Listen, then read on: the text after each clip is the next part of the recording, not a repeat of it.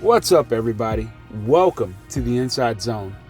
Hey, if you're a sports fan, chances are you've heard that the Atlanta Falcons have done another Atlanta Falcons thing. They've thrown away $100 million, benched their quarterback, only to not give real reasons why they benched him. We're still trying to figure out why they bought him in and then why they drafted his replacement a few months later. But let's jump into it, right?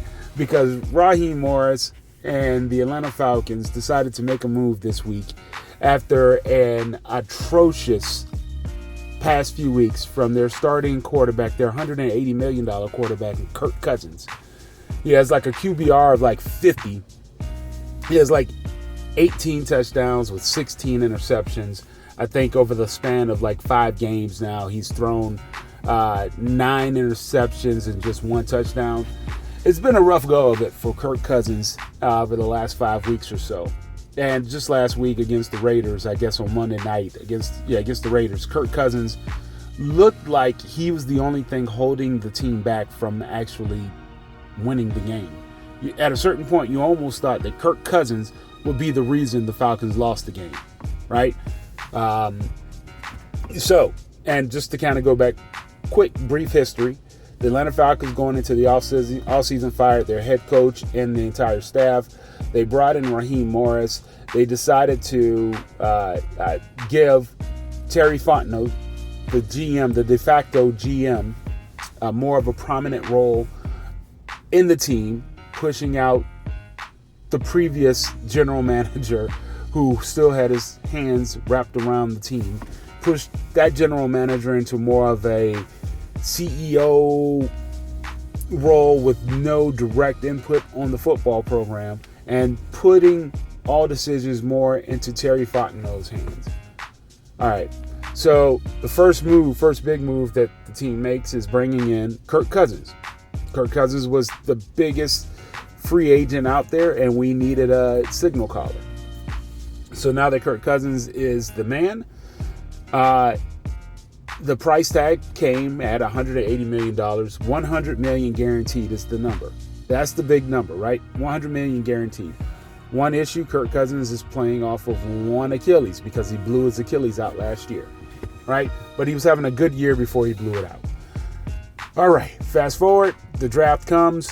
Everybody knows the Falcons can build pieces around Kirk Cousins. Defense is pretty much in high demand. Pass rush, linebackers, the entire defense outside of the defensive backfield needed to be revamped. And naturally, doing what Falcons do, they pick the quarterback. Now, the quarterback happens to be a player. The quarterback happens to potentially be a guy in Michael Penix Jr., which is good, right? However, did we need a quarterback after we already spent $100 million? I have the analogy. You go out and spend $100,000 on a 2020 Cadillac, and then, the next week you go out and you're gifted a 2025 Cadillac. Which one are you going to drive? Which one makes the most sense? You've spent your hard-earned money on one, and now you've got another one sitting in the garage. Just doesn't make sense to have two. That's the Falcons when it comes to quarterbacks. Everybody, all the pundits are saying, hey, it's a good problem to have. They have 2 great. The problem is you used up a lot of your capital to get better on a top heavy position, which is quarterback. So fast forward, Kirk Cousins plays well first half of the season, looks pretty decent.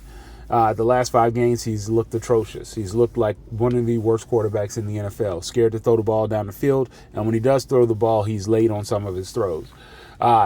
Now, to add a little bit more drama to the situation, the Atlanta Falcons have a first-year play caller in Zach Robinson from the Rams that Raheem Morris brought over with him. This is his first year calling plays at any level. Pop Warner, rec league, college, high school, whatever. This is his first year being the main signal caller for a team.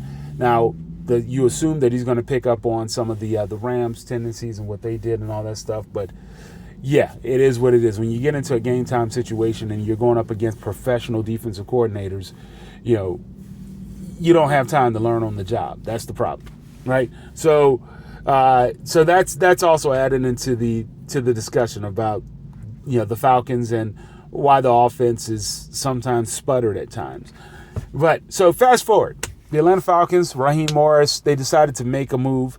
They benched Kirk Cousins, which sets off a number of different ramifications for the season. One, Michael Penix Jr., it's your time, right? One problem, when you go back to Raheem Morris, they said during the preseason that the Atlanta Falcons have seen enough. We only need to see one half of football from Michael Penix Jr., and they shut him down. So not only did this kid get no playing during the preseason, we played our third and fourth string quarterbacks during the preseason because we didn't need to see Michael Penix Jr.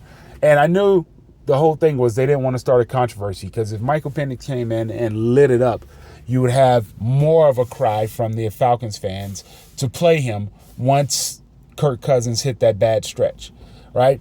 So this seems to be all about leadership, management, saving face, and not playing the best player for our team in Michael Penix just to justify spending $100 million on a guy that we probably didn't need, right? The truth is, if we knew we were going to take Penix at 7 in the draft, why not build in free agency, find some good players to come and complement that defense, build new quarterback with Raheem Morris, and push forward from there? But no.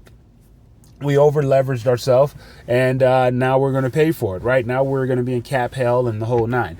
So with Kirk Cousins being benched, the question is now, what do the Falcons do? There are no good ways to get from under this Kirk Cousins contract. The best possible situation is to find a desperate team in the offseason that's willing to take on a big chunk of Kirk's contract, and we still get hit with some dead cap. Worst case scenario is that we just release Kirk and we get throttled with dead cap space, and then we still have to pay him. So Kirk Cousins doesn't owe the Falcons anything. Kirk Cousins, coming into the season, said the reason why he didn't stay in Minnesota is because Minnesota told him that they were going to pick a quarterback, J.J. McCarthy, in the offseason. They were going to pick a quarterback in the draft. So Kirk didn't want that, right? So he comes to the Falcons. The Falcons makes him some assurances. And then what do? They undercut him. They pick a quarterback in the draft. Now, you don't feel sorry for a guy making $100 million a year, or $100 million guaranteed in his bank account. You don't feel sorry for him. But you do feel like there was a bit of BS being thrown around by the Falcons management by doing that, right? So that's where the ball started to roll downhill. I feel like, anytime. It's never fun to be in a situation where your company hires your replacement while you're still actively doing the role. That's where Kirk Cousins was. Just imagine, right? You're in marketing or you're a, janitor, right? Or whatever your role is. And your company says, hey, look, we love what you're doing. We're sticking with you. You're our guy. You're our girl. And then they go and hire a newbie fresh out of college and says, hey, don't worry about it. Your job's not in jeopardy. We're just bringing them in to train them and figure it out. All the while, in the back of your mind, this person is here to take my job the minute I slip up. And that's what happened, right? So not that I feel sorry for someone who's earned $100 million guaranteed. I'm playing the lottery this week just to see if I can get $100 million or $800 million if you play the lottery at all. But so it is what it is, right? Everybody wants a come up, but at the same time,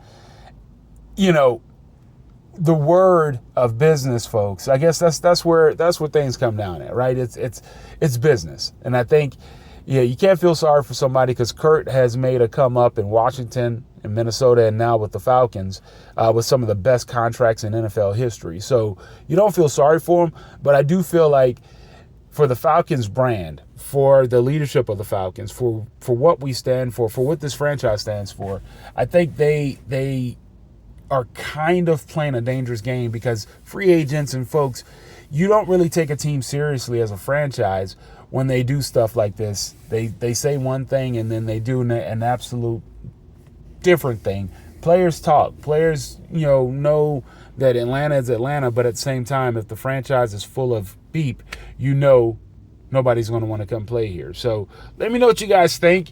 This is an interesting turn of events for the Falcons, and yeah, things could get a lot worse if we don't win.